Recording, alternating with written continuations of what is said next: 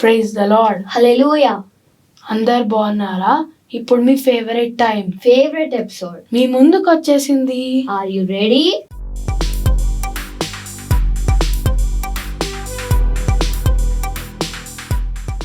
చిన్న ప్రార్థనతో episode start చేసుకుందాం. ఏసయ్యా మీకే వందనాలు, ఇంతవరకు కాచి కాపాడండి. మీకే వందనాలు ఏసయ్యా, ఈ దినాన్ని బట్టి మీకే వందనాలు. మమ్మల్ని పరిచర్యలో వాడుకుంటున్నందుకు మీకే వందనాలు.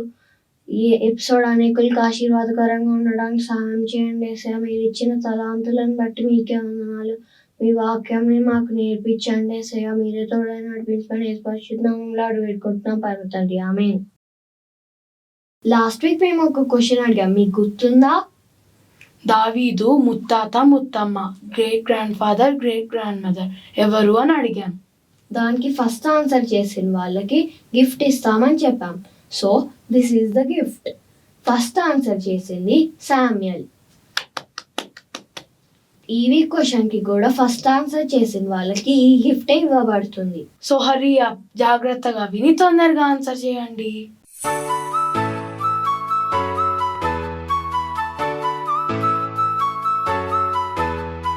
ఈరోజు మనం చాలా స్పెషల్ విషయాలు నేర్చుకోబోతున్నాం.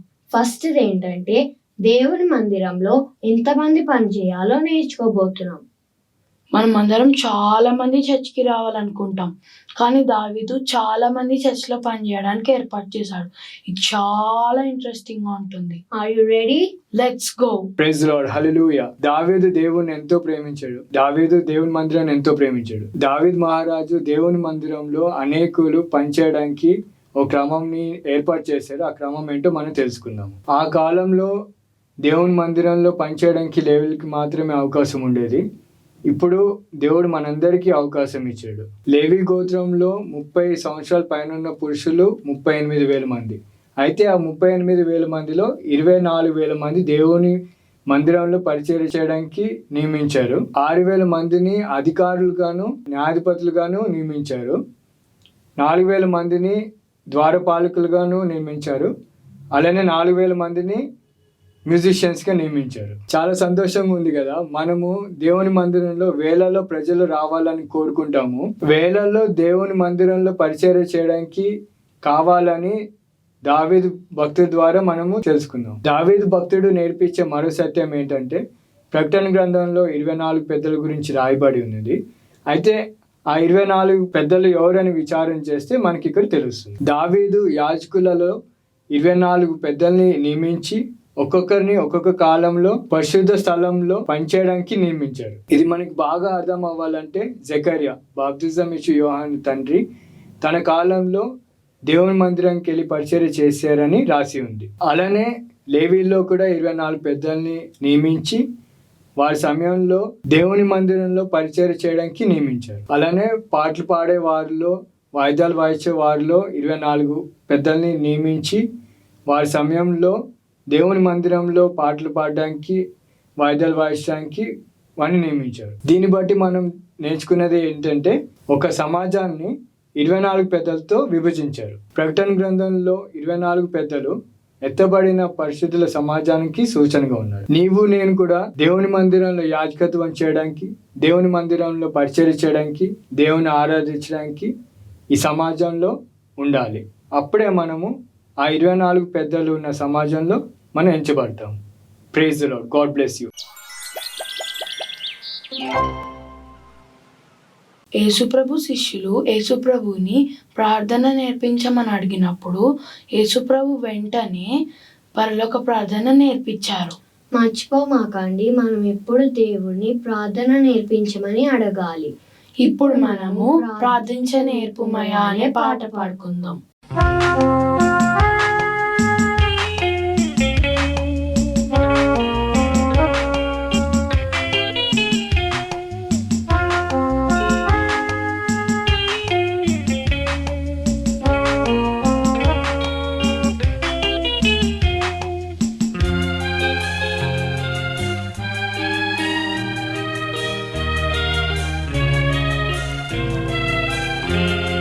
ప్రార్థించ నేర్పుమయా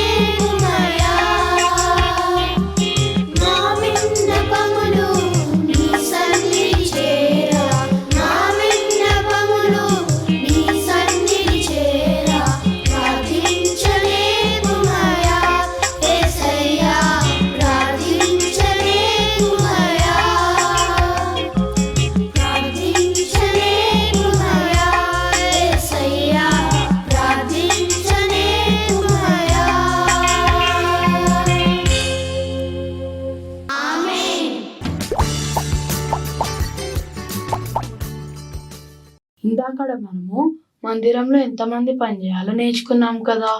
ఇప్పుడు మనము మందిరం కట్టడం కోసం దావీదు స్థలం ఎక్కడ ఏర్పాటు చేశాడో, దానికి కావాల్సిన వస్తువులు ఎలా సమకూర్చాడో నేర్చుకుందాం. జాగ్రత్తగా గుర్తు పెట్టుకుందాం. దేవుని మందిరంలో ఉన్న ఆశీర్వాదాన్ని మనం గుర్తించాలి. దావీదు దేవుని మందిరంలో ఉన్న ఆశీర్వాదాన్ని గుర్తించి మందిరం కట్టాలని ఆశపడతాడు, కానీ దేవుడు వద్దంటారు. అయితే ఈ వీక్ మీకు ఒక ప్రశ్న, దావీదు మందిరం కడతా అంటే దేవుడు ఎందుకు వద్దంటారు?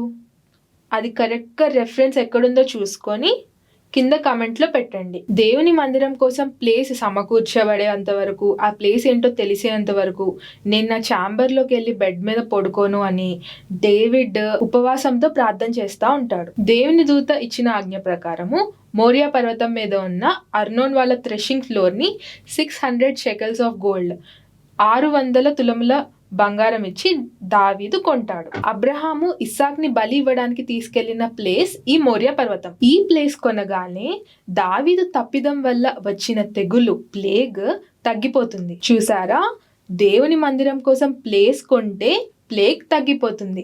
అలాగే మనం కూడా దేవుని మందిరం కోసం ప్లేస్ సమకూరిస్తే కరోనా కూడా తగ్గిపోతుంది, దేశం మీద సమాధానం వస్తుంది. దావీదు దేవుని మందిరం కోసం సమకూర్చిన మెటీరియల్ అంతా ఇప్పుడు మనం చూద్దాము. దావీదు యుద్ధంలో పొందిన విజయాల వల్ల లెక్కలేనంత సంపద దావీదు దగ్గర ఉంటుంది. సౌల్ రాజు సమయంలో ఐరన్, ఇనుము కొరతగా ఉండేది. వాళ్ళు వెపన్స్ చేసుకోవడానికి, చారియట్స్ చేసుకోవడానికి చాలా కొరతగా ఉండేది. కానీ దావీదు టైం వచ్చేపాటికి చాలా విస్తారమైన ఇనుము, ఇత్తడిని దేవుని మందిరం కోసం దావీదు సమకూరుస్తాడు. ఇవే కాకుండా సెడార్ ట్రీస్, దేవదారు వృక్షములు, టింబర్, కలప, వుడ్, కర్రలు, onyx stones, glistening stones, precious stones, ఇంకా మార్బుల్ స్లాబ్స్, పలు విధముల గల రాళ్ళు, మిక్కిలి విలువ గల రత్నాలు అన్ని సమకూరుస్తారు. ఈ మెటీరియల్స్ అన్ని చాలా అబండెన్స్, లెక్కలేనంతగా సమకూరుస్తాడు. కానీ గోల్డ్, సిల్వర్ని మాత్రం కొలత ప్రకారం ఏ వస్తువుకి ఎంత వెయిట్ ఉంటుంది దాన్ని బట్టి సమకూరుస్తాడు. దేవుని మందిరంలో ఉన్న వస్తువులు, ఆర్టికల్స్ కోసం 1 lakh talents of gold, 1 lakh talents of silver ఇస్తాడు. 1 talent is equal to 34 to 35 kgs. అంటే ఎంత గొప్పగా ఇచ్చాడో ఆలోచించండి మీరు. గోల్డ్ అండ్ సిల్వర్ లో 3 types ఇస్తారు: pure gold, refine gold, gold of offer. ఈ గోల్డ్ అండ్ సిల్వర్ తో దేవుని మందిరంలో సర్వీస్ కోసం వాడే వస్తువులు, ల్యాంప్స్, దీపస్తంభాలు, సముఖపు రొట్టెలు పెట్టే బల్లలు తయారు చేయడానికి సిద్ధపరుస్తాడు. Pure gold and pure silver తో బౌల్స్, బేసిన్స్, ఫోక్స్, ఇంకా గంగాలము వెయిట్ ప్రకారము దేనికి దానికి సమకూర్చి పెడతారు. పుట్టము వేయబడిన బంగారం అంటే రిఫైన్డ్ గోల్డ్ తో ఆల్టర్ ఆఫ్ ఇన్సెన్స్, ధూపపీఠము, కన్స్ట్రక్షన్ ఆఫ్ చారియట్, వాహనం చేయడానికి, గోల్డ్ షెర్బిమ్స్ అంటే రెక్కలు విప్పుకున్న కెరబులు చేయడానికి సమకూరుస్తారు. 3 lakh talents of gold of Ophir దావీదు ఇస్తాడు. 3 lakh talents అంటే ఒక్కొక్క టాలెంట్ ఎంత అని చెప్పాను ఇది వరకు? 35 kgs కదా. 3 lakhs into 35 అంటే ఎంత అవుతుందో జాగ్రత్తగా లెక్క పెట్టుకోండి. మందిరపు పూత కోసం 7,000 talents ఆఫ్ సిల్వర్ ఇస్తారు. ఇదే కాకుండా దావీదు తన దగ్గర ఉన్న స్పెషల్ ట్రెజర్ కూడా తెచ్చిస్తాడు. ఇదంతా చూసిన ప్రజలు ఇన్స్పైర్ అయ్యి ప్రోత్సహించబడి వాళ్ళ దగ్గర ఉన్న సంపద లెక్కలేనంతగా తెచ్చి దేవుని మందిరానికి ఇస్తారు. చూసారా ఎంత క్వాంటిటీయో? ఇది మనం అసలు ఊహించలేనంతగా ఉన్నాయి కదా. ఇదంతా చేసిన తర్వాత దావీదు ఏమన్నాడో తెలుసా? మా దేవా యెహోవా, నీ పరిశుద్ధ నామం యొక్క ఘనత కొరకు మందిరంని కట్టించుటకై మేము సమకూర్చిన ఈ వస్తు సముదాయంను నీ వలన కలిగినదే అంతయు నీదై ఉన్నది. నేనైతే యథార్థ హృదయము కలవాడనే ఇవన్నీ మనఃపూర్వకంగా ఇచ్చి ఉన్నాను.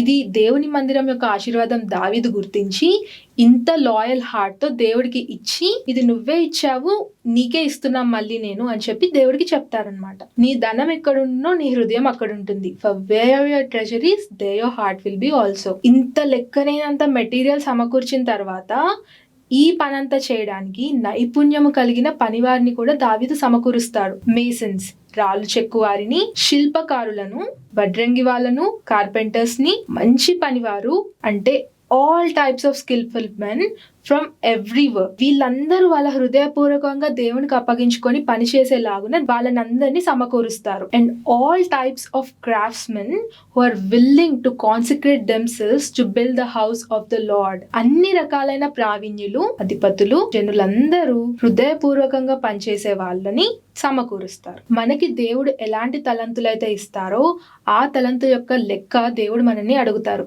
ఆ తలాంతులు దేవుని పని కొరకు వాడబడాలి. ఇంకొక ఆసక్తికరమైన విషయం ఏంటో తెలుసా? దేవుని మందిరం కట్టడానికి ప్లాన్స్, ప్యాటర్న్స్, మందిరం ఒక మోడల్, ఇదంతా దేవుని ఆత్మతో నింపబడి దావీదు సమకూరుస్తాడు. ఎలాగైతే మన పాస్టర్ గారికి ఉన్న దర్శనంని బట్టి మన మందిరంలన్నీ ఒక ప్యాటర్న్ లో నిర్మించుకున్నామో అలాగే దావీదుకున్న దర్శనంని బట్టి సొలొమోను మందిరంని నిర్మిస్తారు. ఆ ప్లాన్స్ అండ్ ప్యాటర్న్స్ ఏంటంటే వెస్టిబ్యూట్, మంటపం ఒక ప్లాన్, హౌసెస్, మందిరం కట్టడాలు ఒక plan, treasuries for the house of God and for the dedicated things, upper chambers and inner chambers, మేడగదులు, లోపలి గదులు, ప్లేస్ ఆఫ్ మర్సీ సీట్, కరుణాపీఠం ఒక design, courts of the house of the Lord, ఆవరణంలో ఒక ప్యాటర్న్, ఛాంబర్స్ ఆల్ అరౌండ్, చుట్టూ ఉన్న గదులు ఒక ప్లాన్. దావీదు దేవుని కోసం ఒక గొప్ప మ్యాగ్నిఫిసెంట్, ఫేమస్ ఇంకా గ్లోరియస్ మందిరం కట్టడానికి ఇష్టపడతాడు. మందిరం గురించి ప్లేస్ సమకూరుస్తాడు, ప్లేగ్ తొలగిపోతుంది. మందిరం కోసం మెటీరియల్స్ అన్ని హృదయపూర్వకంగా గ్యాదర్ చేయడం మొదలు పెడతాడు. జనులందరూ ఇన్స్పైర్ అయ్యి వాళ్ళు కూడా హృదయపూర్వకంగా దేవుని మందిరంకి ఇవ్వడం మొదలు పెడతాడు. మనం కూడా వేరే వాళ్ళందరికీ ఇన్స్పిరేషన్ గా ఉండాలి, దేవుని మందిరంకి ఇచ్చే వాళ్ళగా ఉండాలి. ఇదంతా తను హృదయపూర్వకంగా మంచి హృదయంతో లాయల్ హార్ట్ కలిగి ఉండి చేస్తాడు. తిని మందిరం కట్టడు, తన కుమారుడు ఈ మందిరం కడతాడు అని తెలిసిన తర్వాత తన కుమారుడికి కూడా మంచి హృదయం, లాయల్ హార్ట్ కలిగి ఈ మందిరం కట్టించాలి అని తన జీవితకాలం అంతా ప్రార్థన చేస్తూ ఉంటాడు. మనం కూడా దేవుని కోసం గొప్ప కార్యాలు, శ్రేష్టమైన మందిరాలు కట్టించి గొప్ప ఆశీర్వాదం పొందుదాం గాక. ఆమేన్.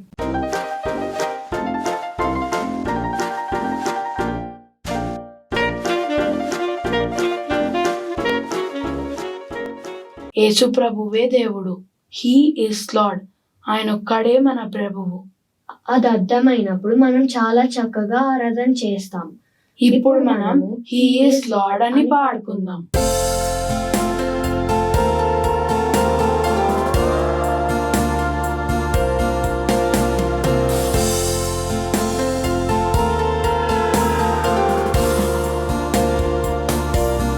He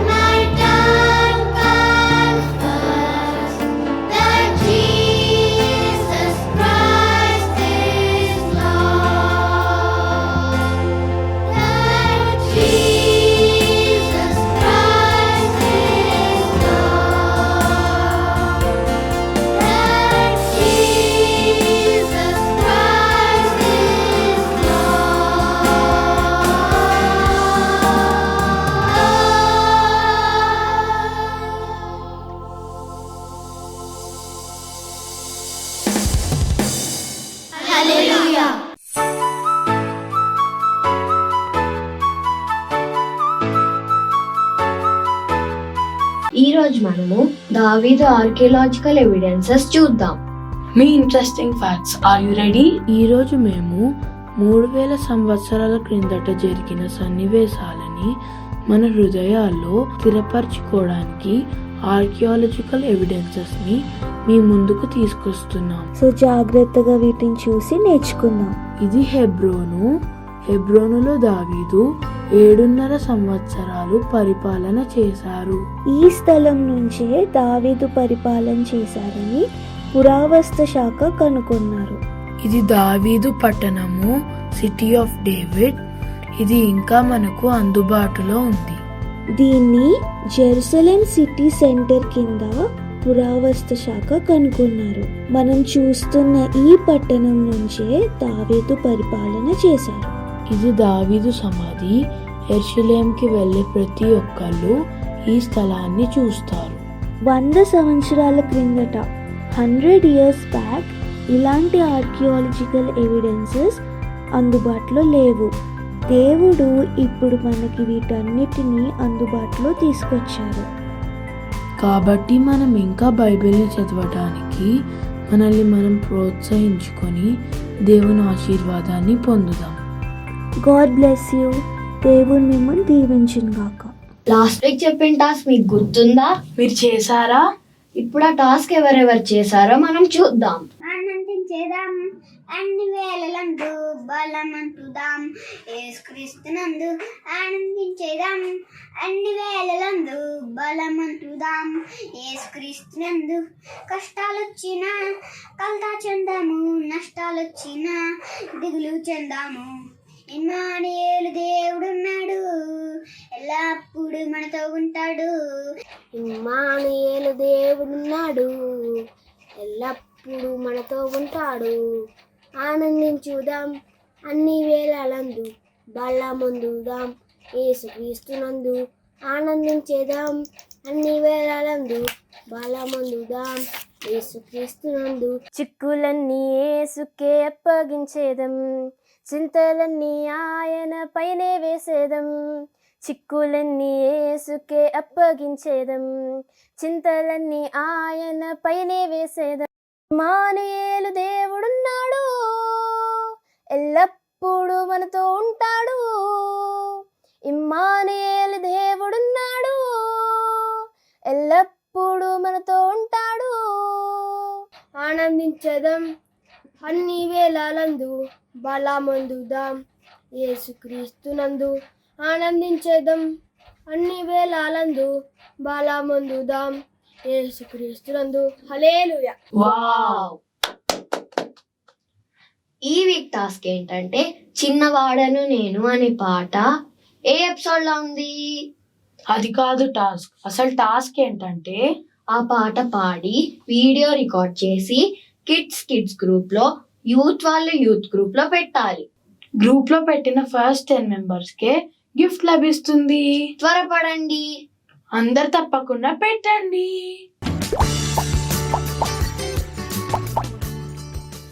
కళ్ళు మూసుకోండి, ప్రేయర్ చేసుకుందాం. యేసయ్య మీకే వందనాలు. ఇప్పటి వరకు ఈ పరిచర్య అంతట్లో మమ్మల్ని గొప్పగా వాడుకుంటున్నందుకు మీకే వందనాలు తండ్రి. ఇవాళ మేము ఎన్నో అనేకమైన విషయాలు నేర్చుకోవడానికి సహాయం దయచేశారు, మీకు వందనాలు. ఆ వాక్యంలో మా అందరిలో మా జీవితకాలం మొత్తం ఫలింపచేయండి తండ్రి. మా మందిరంకి అనేక మంది పరిచర్య చేసే వాళ్ళు రావడానికి సహాయం దయచేయండి.